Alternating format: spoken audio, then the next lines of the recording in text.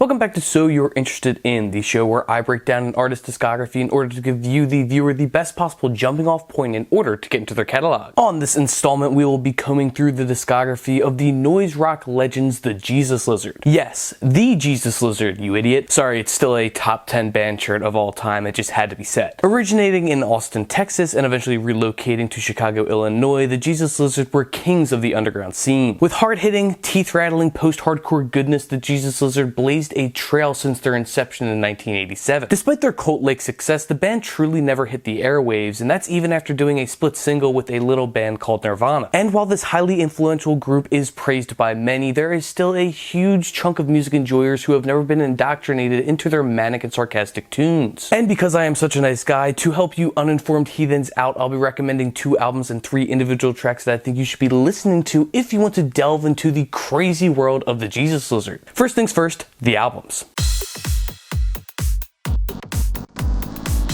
The first album from the Jesus Lizard to listen to is their 1991 release, Goat. It won't take long for you to hear their signature gruff and grimy soundscape. On Mouth Breather, you are tossed into that bitchin' guitar riff and David Yow's drowned out vocals. As the story goes, some of the lyrics are referencing producer Steve Albini asking the Slint drummer Britt Walford to watch his house while he was away. When Albini returned to a destroyed house, he told Yow that he liked Walford, but that he is, quote, a mouth breather. Then, with Carpus, you were able to see the band's more impressive songwriting skills, especially in terms of the song's construction. Every section is distinct and fresh, making use of each instrument to its fullest potential. Not to mention Albini's production is freaking amazing. Rodeo and Juliet is another example of the Jesus Lizard's outstanding songwriting, especially with those rising and falling guitar riffs. Goat finds the perfect balance between being super heavy and harsh while also being delicate and malleable. This is easily the best place to start with the Jesus Lizard's discography. Next, you should absolutely listen to Liar, their 1992 LP. Much more intense and in your face than Goat, Liar is the type of album to listen to while you're blind drunk trying to get arrested for destruction of property. Not that I endorse that, of course.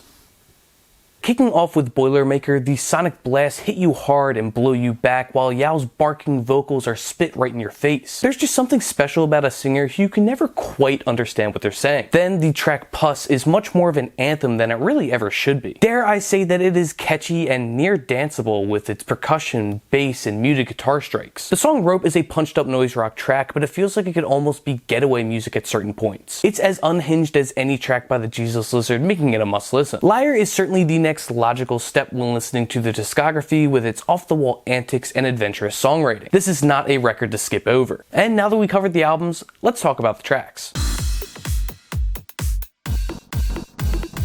The first track to hear should be Mistletoe from their 1994 record, Down. Full of frenzied and paranoid lyrics and a bass line that sounds more like math rock than it does noise rock, this cut is just riddled with anxiety. Yow sounds like he's on the verge of a mental breakdown, and the instrumentals only add to this stress. Don't miss out on listening to Mistletoe. You should also listen to Pastoral, which comes off of their debut release, Head. So much more melodic than the other songs that I've mentioned thus far, I dare even say that this cut is beautiful. Each part of the instrumental is more polished than usual. Yow sings in this low, mumbled manner that feels as emotionally taxing as these songs where he is screaming at the top of his lungs. Pastoral won't rock your socks off, but it will have you blissfully bobbing your head to it. Last but certainly not least, we have Thumb Screws from the 1996 LP, Shot. The guitar is more jumpy than somebody going through withdrawal, while the bass thumps hard as shit. We even get a second riff that turns things up even more as the vocals are shrieked so loudly that it had to have broken some glass nearby. A really great dynamic track that proves that the Jesus Lizard are the cream of the noise rock crop. And that'll wrap up my video on the Jesus Lizard. Hopefully you got some good recommendations from this video. Maybe you are already a huge fan of the Jesus Lizard and you think that my picks are ridiculous. Well, you're in luck because you can go down to that comment section and tell me exactly how I'm wrong. While you're down there, if you have any suggestions for artists that you'd like to see covered on this channel, specifically in the same style that I do So You're Interested In, please